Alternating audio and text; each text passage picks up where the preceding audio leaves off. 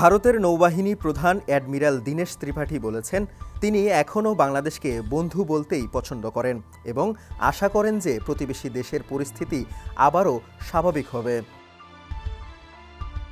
রোববার navy foundation Pune chapter আয়োজিত Indian navy navigating amidst ongoing facets of geopolitics technology and tactics শীর্ষক অনুষ্ঠানে বক্তৃতা দেওয়ার পর অনুষ্ঠিত প্রশ্নোত্তর পর্বে এসব কথা বলেন।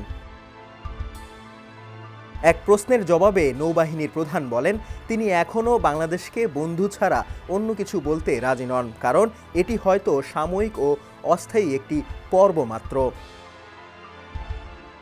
অ্যাডমিরাল আরও বলেন, আমাদের অপেক্ষা করতে হবে। বাংলাদেশে এখনও নির্বাচন অনুষ্ঠিত হয়নি, তাই আপাতত মন্তব্য করা থেকে বিরত থাকা উচিত।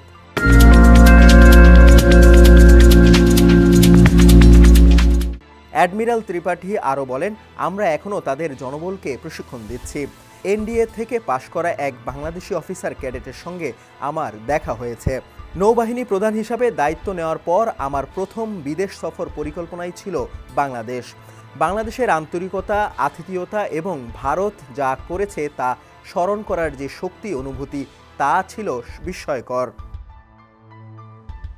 পাকিস্তান নৌবাহিনীর দেশীয় তৈরি হাইপারসোনিক অ্যান্টি-শিপ ব্যালিস্টিক ক্ষেপণাস্ত্র সফল পরীক্ষার বিষয়ে এবং এটি ভারতের জন্য চ্যালেঞ্জ কিনা এ প্রশ্নের জবাবে অ্যাডমিরাল ত্রিপাঠী বলেন, আমরাও জাতীয় পর্যায়ে এই চ্যালেঞ্জ মোকাবিলায় কাজ করছি। আমাদের অনেক বিজ্ঞানী এ নিয়ে গবেষণা করছেন। এটি এমন একটি ব্যতিক্রমধর্মী ও বিশেষায়িত প্রযুক্তি যার ওপর আমরা ডিআরডিও এবং শিল্প খাতের সঙ্গে ঘনিষ্ঠভাবে কাজ করছি। তিনি আরও বলেন, আমরা এই চ্যালেঞ্জটি দেশের মেধাবী গবেষক ও বিশেষজ্ঞদের সামনে উপস্থাপন করছি এবং তাদের পরামর্শের অপেক্ষায় আছি। সরকার এই হুমকি ও এর উপযুক্ত প্রতিক্রিয়া সম্পর্কে সম্পূর্ণ অবহিত এবং এ নিয়ে বহু মানুষ সক্রিয়ভাবে কাজ করছেন। এ বিষয়ে আমি আপনাদের আশ্বস্ত করতে পারি।